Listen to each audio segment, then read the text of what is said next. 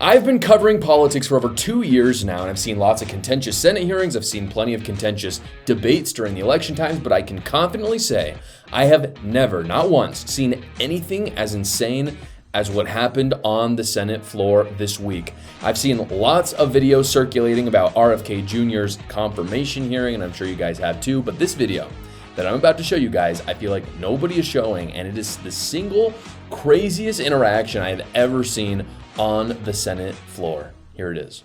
I'm going to make America healthier than other countries in the world right now. Will you guarantee do what every other major country does? That's a simple question. And by the way, Bernie, the problem of corruption is not just in the federal agencies, it's in Congress too. Almost all the members of this panel are accepting, including yourself, are accepting millions of dollars from the pharmaceutical industry. Oh, no, and protecting their interests. Oh, I thought that would come. No. I ran for president like you. I got millions and millions of contributions.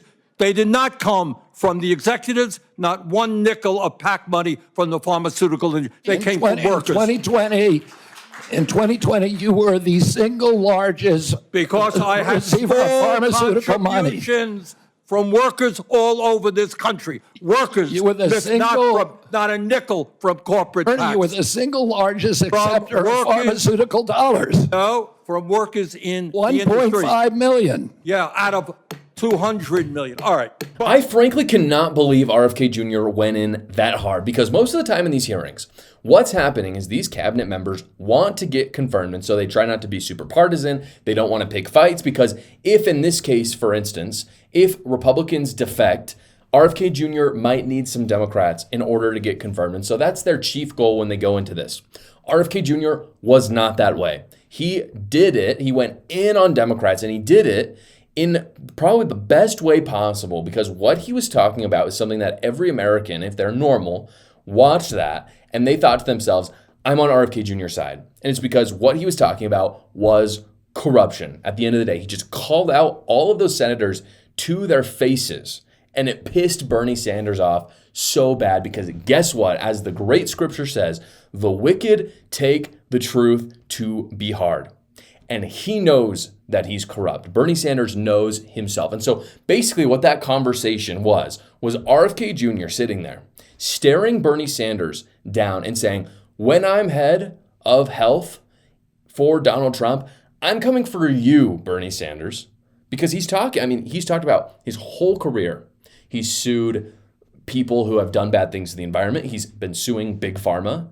And what Bernie Sanders, and I'll show you a clip of Elizabeth Warren a little bit later, what they're concerned about is that their big donors are going to get sued by RFK Jr.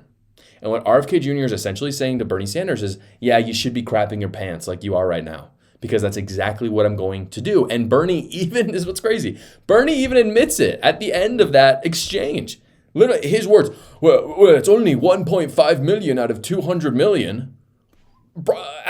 He's basically saying, as a prostitute, I just sold out for 1.5 million, guys. There was 200 available that my colleagues took, but I only took 1.5 million. Also, don't know if you saw this, guys. This is just a side note. I'll put it up on the screen right now. I don't know if you caught this, but Bernie Sanders did make an awfully Nazi kind of gesture there at the end. Separate note, but kind of sus, I'm just saying. This sealed the deal for me, though, for RFK Jr. I was not sure before I saw these videos about RFK Jr. because RFK Jr. has not historically been the most pro-life. He's quite pro-choice until this confirmation hearing. He walked a lot of those things back. I'm very pro-life. It's probably my top issue. And so I wasn't sure about that. He's obviously a liberal on many other things. And so I didn't know how I felt about RFK Jr. being a liberal in Trump's cabinet, but seeing him go in on Democrats, again, in a way I've just never seen anything like this. I've seen Senate hearings where they go a little bit back and forth, but RFK Jr. was literally looking these senators in the eyes and saying, yes, I'm going to root out your corruption. Yeah, those donors you love, yeah, I'm going to wreck them because what they're doing is evil, what you're doing is evil. I've just never seen that. And so I believe now that he must be confirmed. I think that the way he performed in this hearing was a testimony to his strategy of how he's going to do it, which is that he wants every Republican to vote for him, and he's not looking for Democrat votes. And that's not something I would have predicted, because if you look at RFK Jr., he's got a liberal past. He's worried that a lot of Republicans are probably not even going to vote for him because, again, they are like me. They don't want a liberal in Trump's cabinet. And maybe he was, and again, this is what I thought, is he was going to actually pick up some Democrats who were like, you know what? We don't love RFK Jr., but he's a liberal, so having him in is better than, a deeply conservative person.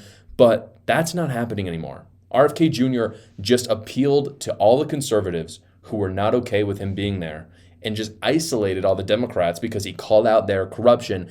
It was fantastic. So after seeing this, I completely understand why Trump chose him. I think it's awesome. If you look at it as well, RFK Jr. really deserves to be there because of his very timely endorsement of Donald Trump. We'll never know if that made the difference between Donald Trump winning or losing, but I have a feeling that it would have been much more difficult for Donald Trump to win that election if RFK Jr. hadn't been there. And so for that reason, and the reason of him absolutely going in on Democrats, I think we have to confirm him. And luckily, I think that they will. I've talked on the show before how I am passionate about helping people secure a positive financial future, and that is why I'm excited to talk about a partner of this show, Money and Clarity, specialist in helping women plan for a secure, rewarding retirement. Ladies, your needs, especially your financial needs, are different from men's, and that's why Money and Clarity developed their Empower Her financial planning system to help women plan for the retirement they not only want, but they also deserve. The Empower system was specifically designed to take women's unique needs into account, from the fact that women live on average 6 years longer than men to the fact that women value money at a deeper, more emotional level. So quit settling for a cookie cutter financial plan or leaving your financial future to chance. If you're looking for a financial advisor who truly understands women's needs, then I encourage you to check out Money and Clarity. Simply go to moneyandclarity.com/Josh Carr. Again, that's moneyandclarity.com/Josh Carr. Elizabeth Warren is a witch, and I'm sorry, there's just no other way to say it. I have never heard a senator yell the way that she yelled at RFK Jr. in this video. Check it out. There's a lot of ways that you can influence those future lawsuits and pending lawsuits while you are Secretary of HHS, and I'm asking you to commit right now that you will not take a financial stake in every one of those lawsuits so that what you do as Secretary will also benefit you financially down the line. I'll comply with all the ethical guidelines. That's not the question. You have said You're asking me, Senator, you're asking me not to sue pharmaceutical companies. Yeah, you are. That's exactly what you're doing. Look, no one should be fooled here. As Secretary of HHS, Robert Kennedy will have the power to undercut vaccines and vaccine manufacturing across our country.